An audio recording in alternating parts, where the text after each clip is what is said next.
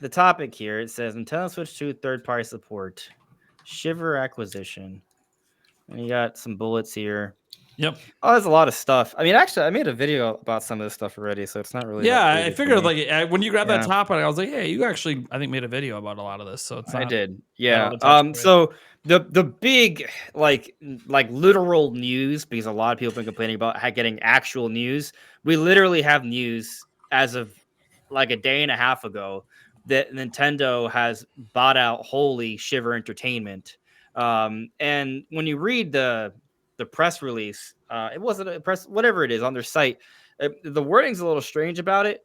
But basically, Shiver Entertainment has done a lot of like development and port work, and they mentioned games like Hogwarts Legacy and Mortal Kombat 1, which are pretty big AAA efforts, and those came to Switch. And so, from my perspective, I think it's just exciting that they even now wholly own studios like this, even if Shiver Entertainment is still going to do some work for other companies, because Nintendo has another Western studio, and they're going to be able to offer a lot of support in terms of getting games running for Switch 2. I mean, maybe Switch 1, but I just kind of feel like at this stage it's probably for Switch 2. And so that's going to bode really well for third-party support. But then we have heard other things like, apparently, according to Midori, the Kingdom Hearts series, including 4, are coming to Switch 2. Maybe. Whoa. That's what he said. Yeah. And then we also look at what's going on with the industry as a whole. Square Enix is now trying to focus more on quality as opposed to quantity. Microsoft is putting their games elsewhere, and they're showing a lot of their smaller studios. But when we have a platform like with Switch 2, especially based off the recent shipment leaks that really support the idea of this console being comparable to at least Xbox Series S, it's looking like Nintendo is putting themselves in a situation where there's going to be some really strong third-party support, unlike anything we've seen since maybe the GameCube era, if not even before that, like, I don't know, Super Nintendo. Maybe that seems like a really crazy thing to say, but the signs are kind of there. So it seems promising. But what do you guys think? I mean, it goes back to something Tom Henderson said last year. For those who don't know who he is a reporter at Insider Gaming that's hit on like 69 of his last 70 reports. He's insanely well connected. And he said last September 30th, he put out a tweet where he's like, hey, a year from now, which he was presuming Switch 2 would be revealed by September of the following year. We still don't know if that's the case. But he was saying you're going to see a lot of, and also on Switch 2 at the end of these third-party trailers. He was just noting that he's just aware that third parties are ecstatic about this system. And I've even heard from a couple developers myself that they're really excited for it. Paul Gale has heard as well. So you're starting to like see from multiple places that third parties seem to be very excited for this platform. Now, we've heard words like this before, right? We've heard it with Wii U, most notably, unprecedented partnerships and how excited everyone is. And obviously that all ended up being mostly for naught once the third party saw what the system is. But a lot of that excitement came before they even had dev kits.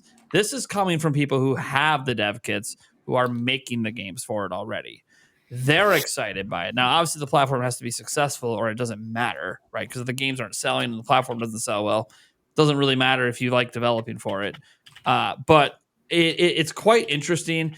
One of the words I saw somebody put out there is that one of the developers mentioned that the tools that you use behind the scenes to make games for it are so much better than they were for Switch.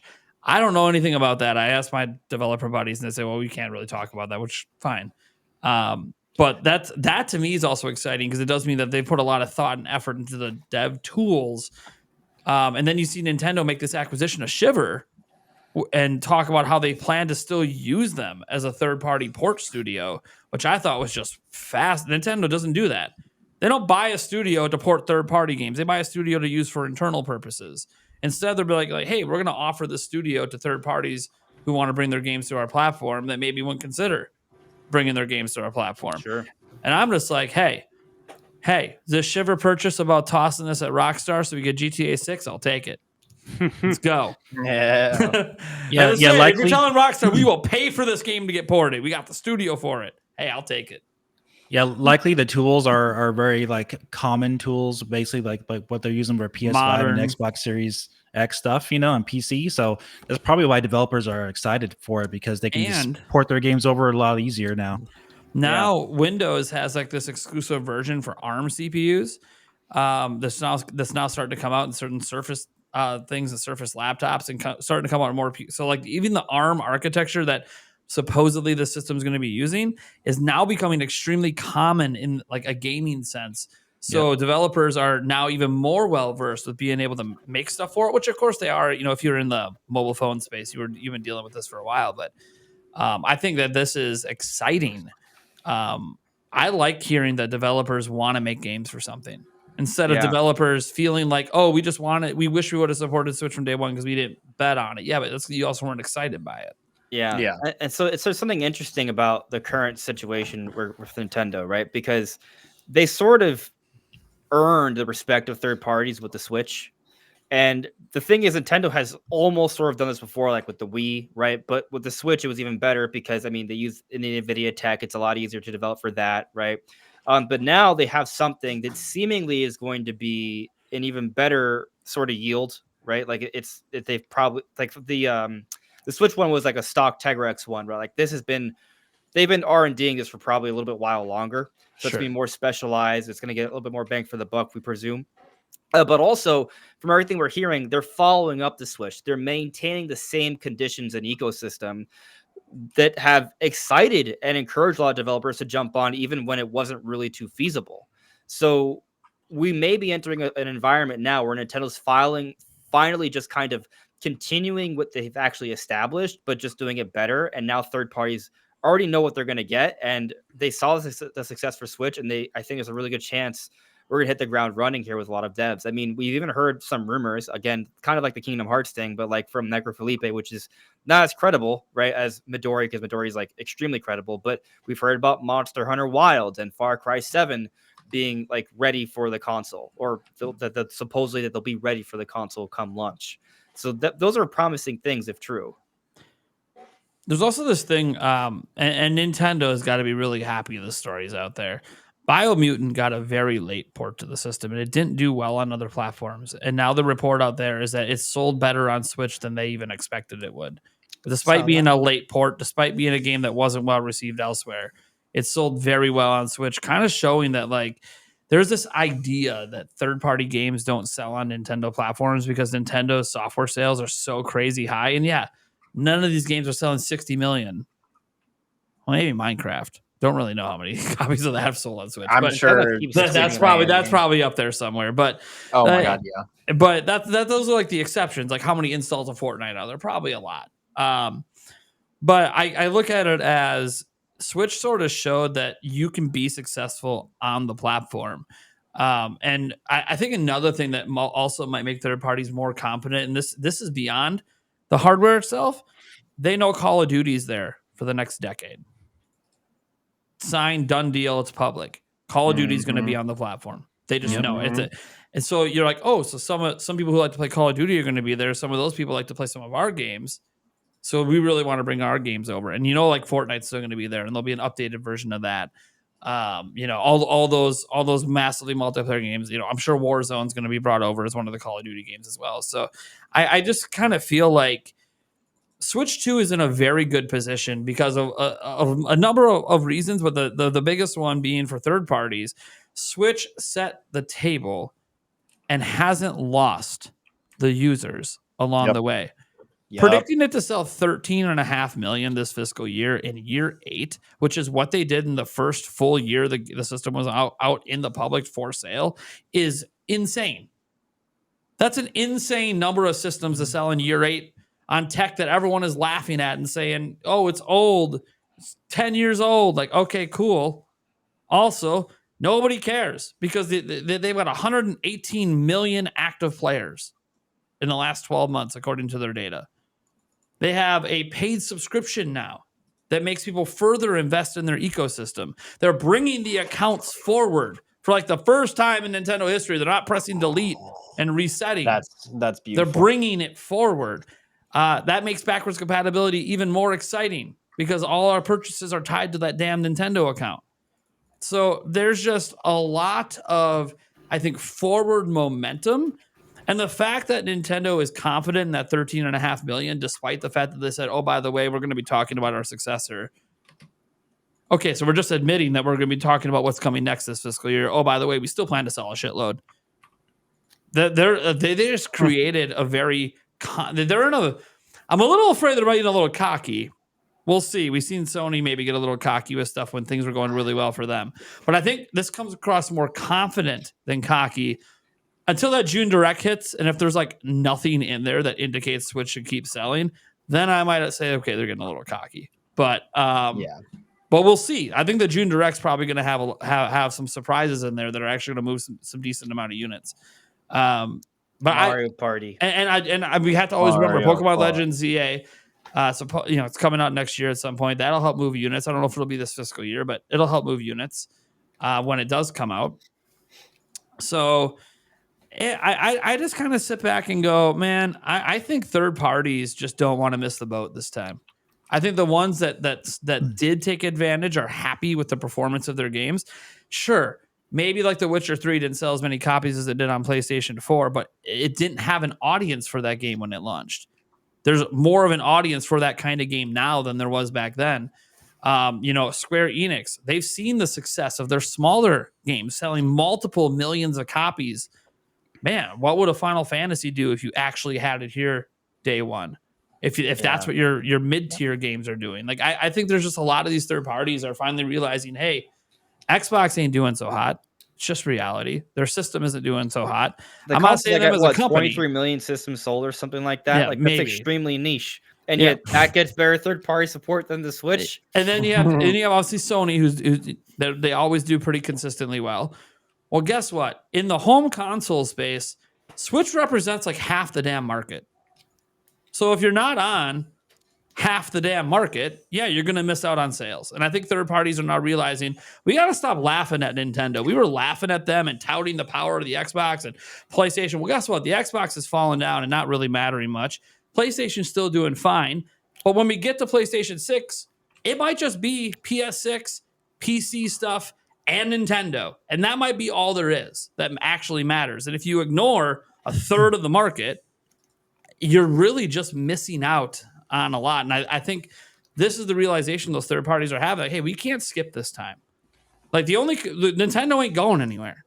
They just they're doing it different and it ain't going anywhere. They've done a good job for the past 8 years or so, or 7+ years of having a large amount of software and a lot of different types of software on the Switch. So there's so many people who own the Switch that when Biomutant came out, basically, there's just an audience just there waiting to buy it.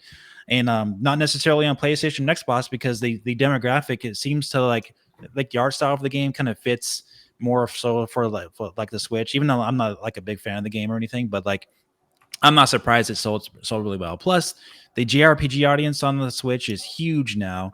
I think Square Enix is going to become have cash coming out their ears with the Switch too. So I think Final Fantasy VII Remake, even Rebirth, and the whole shebang, Final Fantasy 16, I think they're all going to be ported to the Switch too, and 14 as well. About time. Yep.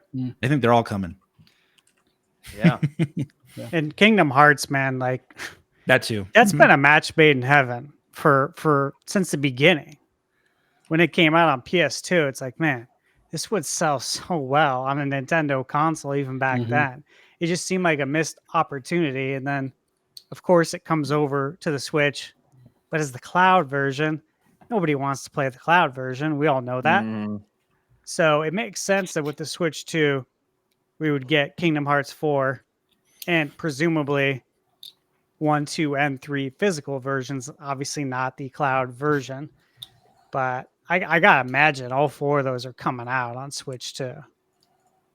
I think so. I think they'll be dumb not to, honestly. There's so much money there to be made, especially if the console can play games at decent settings, like and port easy enough. Like basically Nintendo Switch owners have proven they just want games that run good enough or barely. Yeah, it's not about being the best. This was something that looks presentable enough they'll buy it, and the Switch 2 sounds like it's much, much better than Switch 1 in terms of how easy it is for developers to get their games on there. So like you get all the AAA games, well, most of them basically, and all the indie games still. Yeah, and you have you might have a 200 million selling console for Switch 2.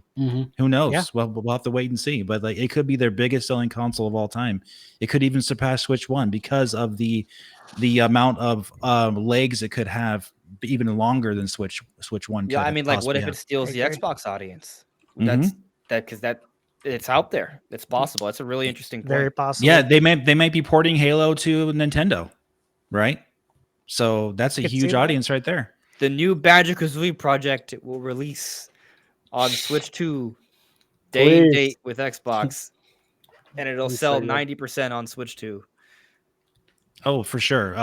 They might as well re-release Perfect Dark also on Switch 2, like the original one. You know what I'm saying? That Mhm. sell yeah. a lot, a lot more. It would make Yeah. sense too, especially with Banjo Kazooie being in Mm. Smash Brothers. I mean, Yep. because obviously we all know Banjo Kazooie because we played it when it came out on the 64 back in the Yeah. day. There's a whole generation that was just introduced to this character, Yep. and it would be silly to not capitalize on that by bringing the game out on Xbox and Switch or just Switch. But you should do something with that. Prediction: Mm. Master Chief is coming to next Smash Brothers. He should. He should. That'd Why be cool not? to- Be cool to I- get the Master Chief collection too. Yeah, yeah. I don't see why That they would be wouldn't put him wild. in there. That'd be super wild. I mean, I think we're entering a territory where it's not even just about the collection. Like, why not every Halo game? I feel like any character that makes it into Smash, obviously that's third party, that's an automatic way to sell way more games. Mm-hmm. Hmm. Period. Like you are going, I don't know if Nintendo charges these companies to have the character in the game. I don't know like what the details Yeah, are. yeah, we right? don't know the details don't. behind it. No. But all I know is that if your character's in that game, you're going to benefit greatly. Persona. Yeah. Yeah. Sora True, from Kingdom Joker. Hearts, Cloud from Final Fantasy VII. I mean, Yeah. Mhm. Right. And maybe Nintendo's like, hey, we'll allow your character to be in the game if we get said game released on our platform. Or like, hey, Cloud can be in Smash Brothers and Sephiroth, but we want Final Fantasy VII Remake on Switch too. Yeah, I don't know what the contract We don't details know. are behind the remake stuff. Yeah. Mm. We don't know how much Sony Yeah. has control over that particular version yeah. of the I game. feel like Cloud should definitely be in the next one. Like Cloud was on Wii U and Switch, so like I feel like Cloud and Sora, that Nintendo paid to have them on the game. No Square Enix. well, Sora was a tricky one. Yeah. I'm Sora was a sure very tricky maybe they one. didn't pay Square Enix, but I bet they paid Disney. I don't know. Yeah, I think Final Fantasy is just time based from what they were saying. They have a certain time range. But Hell they- yeah. and they Bring say they it want over. to port it to other platforms, and they said Give that us themselves. all of it. So yeah, just put it all on Switch too, even if it's running at lower settings, 720p, 1080p, whatever. Who Final Fantasy cares? VII Remake and Rebirth, that's gonna sell. Those will both sell, millions each on Switch too, easy. Easy. Let me ask you guys a Easy. question. Do you think if Final Fantasy becomes a big deal on Switch, like the not just the side projects, like the newest and new Final Fantasy games, they start releasing day and date on Switch too, right? Does that maybe create like a really strong presence of Final Fantasy fans on Switch 2? And does that in turn maybe improve the sales of other similar JRPGs, say for example like Xenoblade? Yeah, I think it'll bring back people who left Can't Nintendo hurt. when they went to PlayStation in the late '90s with Final Fantasy VII. Mhm. A lot of some fans were really angry about that because it was always on Nintendo up until that point, and there was a big like breakaway between the fan base, and then PlayStation ran away with it for the like 15, 20 years Yeah. after that. Yeah. And 64 was like the cutoff point. And the Final Fantasy wasn't the mainstay on Nintendo after that. So yeah, I think you have a lot of people coming back to Nintendo for Final Fantasy, and the old time fans like myself, who were really into the Final Fantasy on the Super Nintendo and stuff like that, kind of fell out of touch with it when they went to PlayStation because I was always playing Nintendo, myself included. I'll be more into it just automatically due to nostalgia. Mhm. That was RPGs one are of the also biggest really good on breakups. Switch. Yeah. Back in the day, that was a huge breakup. I The mean, it Nintendo can't and hurt. Square Enix deal. It or can't Square. hurt. That's the thing. Like it can't hurt. And I think you'd see a lot of people that would really want like day and date brand new Final Fantasies, you know, in a portable format, which obviously can exist on PC as well with all the handheld PCs. But I think the big difference that people don't think about between the handheld PCs and Switch 2 is Switch 2 will actually be fully optimized for, whereas the handheld PCs, at least so far, aren't really being optimized specifically for. And I know some people bring up Steam Deck Verified. All that is verifying that the game runs. It's not verifying that the game was specifically designed to run on the system. It's verifying that it's a decent experience on that hardware. So people kind of get that confused at what Steam Deck Verified means. It's not that they actually specifically designed it for Steam Deck. It's a very niche part of the PC market. PC doesn't really specifically design their games for any one set of hardware because there's too much variance going on. Even in the handheld space, there's too much variance going on to pick like one, and that's the one we're going to optimize for. Whereas that doesn't happen with consoles. That's the one benefit consoles have, is that it's set hardware that is specifically like customized and optimized directly for. And I think that will have a lot of appeal for people that want to take these big AAA games, especially Final Fantasy and the likes, on the go and potentially still have a decent TV experience. Potentially. We don't know. Potentially. Fingers crossed with that extra fan. Yeah. Yeah. Overclock the hell out of it, baby. Let's go. Yeah, let's go. So I'm getting a minor brain blast here as we talk about like this potential, because I'm also reminded of the fact that we have the Call of Duty deal. Yeah. And so we look at what's happening with Xbox, right? We may get more Microsoft games, but also Xbox, the platform, is becoming less popular.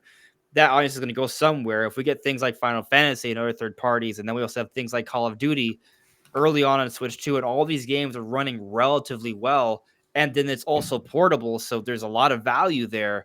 Like we could see Nate, you were gone for a little bit. Dave suggested that there's a possibility maybe Switch 2 could like eclipse Switch sales, like with all of this potential success with third parties. That's the one thing Switch just didn't have. If you get these big third parties and they actually run well enough that gamers don't give a shit about there being a slightly better version somewhere else, sky's the limit. It's just got to run well enough. It's just got to look good enough. People aren't super impressed right now with the jump to PlayStation 5.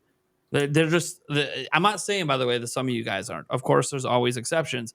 But the general consumer base, just looking at how they're reacting, I love PS5. But you play like the best games that were on PS4, and then you play the best on PS5, and you put them side by side, and you're just kind of like, it's kind of the same. PS5 is a basically like a PS4 Pro.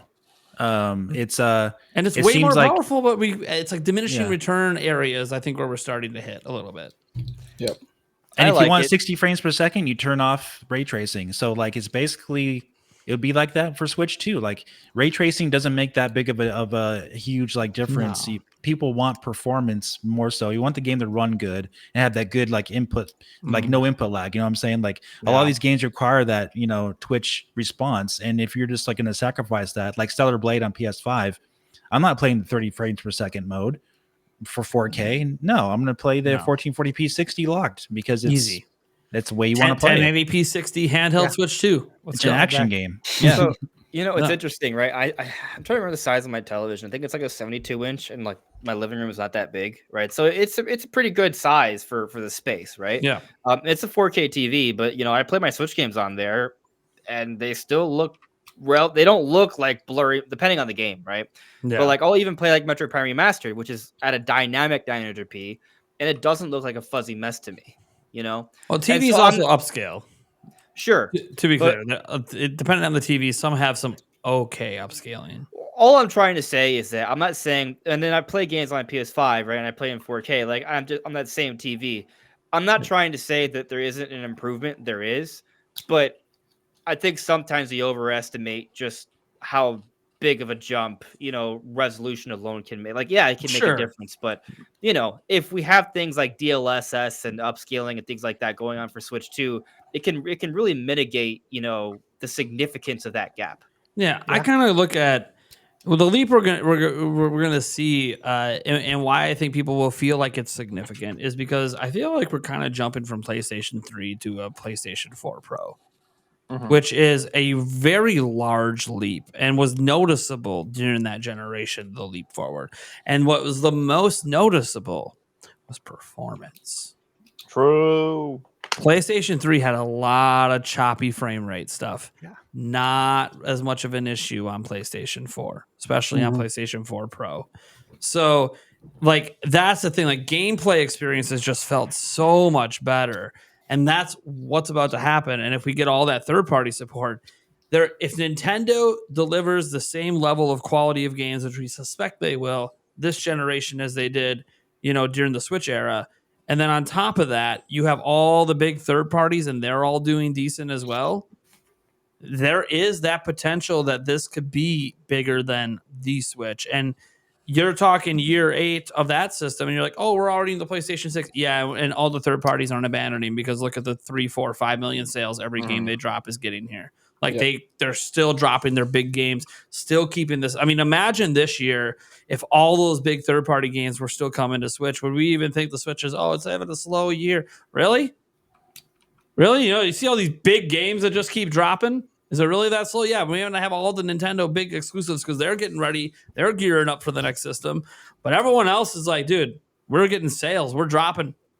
Final Fantasy VII Rebirth. Right there on Switch. Enjoy that bad boy. You don't need to play anything else for another couple of months. Yeah. Yeah, and Nintendo has made so much money on Switch 1 that they can actually afford to spend a little bit more money on the R&D for Switch 2, which they likely already have, which will basically make the Switch 2 last even longer because of the longer legs it will have due to the tech being better and able to withstand more ports for a longer period of time. Switch 1 was basically outdated in the first year or two. Pretty much, it was reaching its limits really quick. You know what I'm saying? So they're really fortunate in that it lasted so as long as it did and gave them so much money to put in the bank. And now Switch 2, the sky's the limit. I mean, Nintendo did something they've never done. They bought a third-party port studio in the West to help port Western third-party games. Nintendo's confident, man, and they want to make sure there ain't an excuse. If your excuse is we don't have the resources or we don't have the team, hey, we got you. We just want our 30% cut of sales, but we got you. Yeah, I did some reading on Shiver actually earlier today. Okay. And Nintendo Life had a nice article that they put out there. Yep. Did you guys, any of you guys read that? I read that one. Okay. Enlighten me. So the CEO and the founder, his name's John Shappert. Okay. He's just stated that he's an industry veteran. He worked at Visual Concepts in the early 90s. Software programmer that co-founded Shiver Entertainment, if you guys remember that, with EA Sports back in the day, Madden. Then he went on to becoming the executive vice president for a brief period and oversaw Xbox Live at Microsoft, of course, and then returned to EA again, had a brief stint with Zynga in the same role.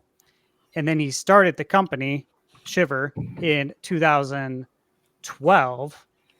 And then interesting, this part too, I actually found this really interesting. It says Shappert also has more personal associations with links to Nintendo.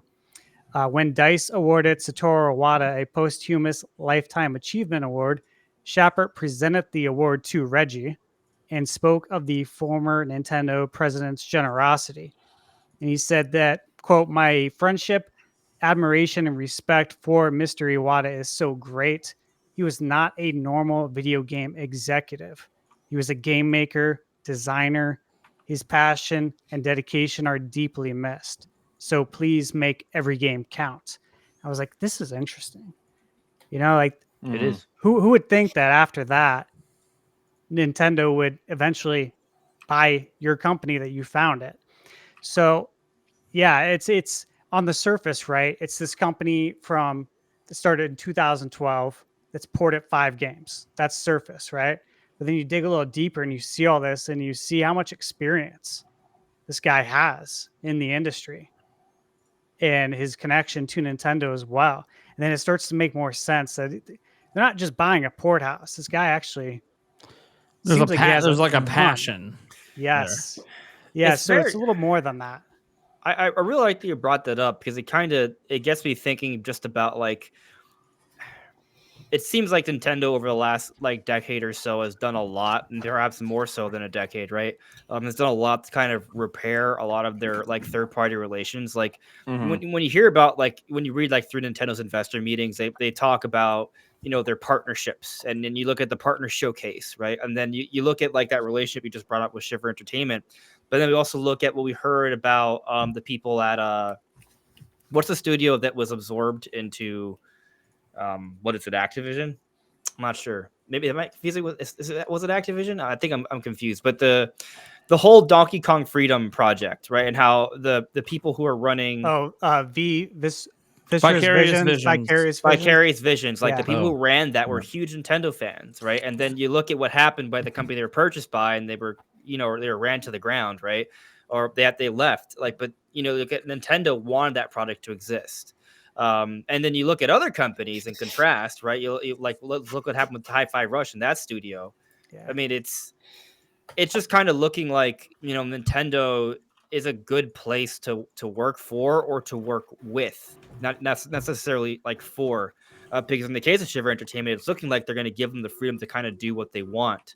And we've also heard that story that Nintendo has like very low turnover compared to other companies.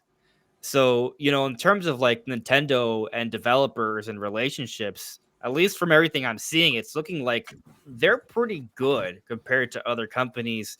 And we're maybe starting to see some of the fruits of those efforts. Yeah, they're looking really good right now, especially just compared to how it was growing up, right? Yeah. With the NES Nintendo era, Nintendo and the was the seal of villain. quality. They were evil. Yeah, and the things that developers said that they had to go through just to get, their game on store shelves, and to where we are now. You look at that, obviously the Super Nintendo era, and then what happened with the 64 and not going the CD route. I Stubborn. feel like they've made strides though. I feel like since the GameCube era, because the GameCube, the 64 is very hard to develop games for, and that's well noted. And so they wanted to obviously change that. And if you guys recall, they wanted to make it a very developer friendly console. And that was one way that they were going to try and win back the third party support that they lost during the 64 era. But really, since then, I mean, we're talking over 20 years now. I feel like they've been making strides in that direction. And we saw with Switch, and we're going to see it again even more so with Switch 2. We also heard some rumors, right, recently that Switch 2 is very easy to develop on. Is that right, Nate? Yep. Yeah. Like even easier. Yeah, easier, yeah. Which is I great. think a lot of lessons were learned from the Wii U, because the Wii U was a complete disaster. It was so bad, and I've heard horror stories from developers myself about. I've interviewed developers in the past and I've talked to them offline about the Wii U just being a complete nightmare, and also the tools. Remember, like the rumor about the tools for Switch 2 being so nice. The tools for Wii U are just garbage, just totally terrible for these developers. Real long communication windows between talking to Nintendo, getting things approved, trying to get games running on the system was just really, really bad for the Wii U. It just took a really long time to port games. It didn't have to be that bad for a lot of the developers back then. And I think Nintendo learned their lesson with that, because developers just like, well, more than this, I'm not going to make games for you. And so they started to listen to them more, and then talking to them more, having more of a relationship. And now here we are going to Switch 2, and it looks like they're going to be king of the crop here, have their pick of the litter of all the games. So here we go. Yeah, so many times I feel like we've seen this. History has shown it over the years, where one of these console manufacturers will have just wild success, like we saw with PlayStation 2, right? And every developer loves working with them. Everyone's making money. And then the PS3 comes out, and it's so hard to make games on this console. And then the price point comes out, $5.99. It's like, what? And you have all these missteps, right? You had the Xbox 360, arguably what Xbox's most successful console. Yeah. And then after that, the next console, huge misstep. You had the Wii, huge success. Wii U, huge misstep. So, of course, we've talked about this before. We're in position now where the Switch, massive success, biggest success of all for Nintendo. And from what we've heard so far, it feels like there's not going to be a misstep. Like they're doubling down on what made it successful. They're doubling down on making it even easier to work with, to get more third parties. Things do seem like they're lining up really well. And like Nate, you said, you don't want Nintendo to get obviously cocky. I don't little too cocky. Yeah, I don't want them to either, because we've all complacent. seen. Yeah, we've seen how this has played out. We've all witnessed it. If we've been doing this as long as we have, we've seen it. And it's like, I just don't want them to misstep here. But everything's pointing towards they actually might not. We might actually do this right. Sure. Which is great. Yeah, break the cycle. I'm ready. The misstep may happen with Cycle. Switch 3. We gotta watch out for that one.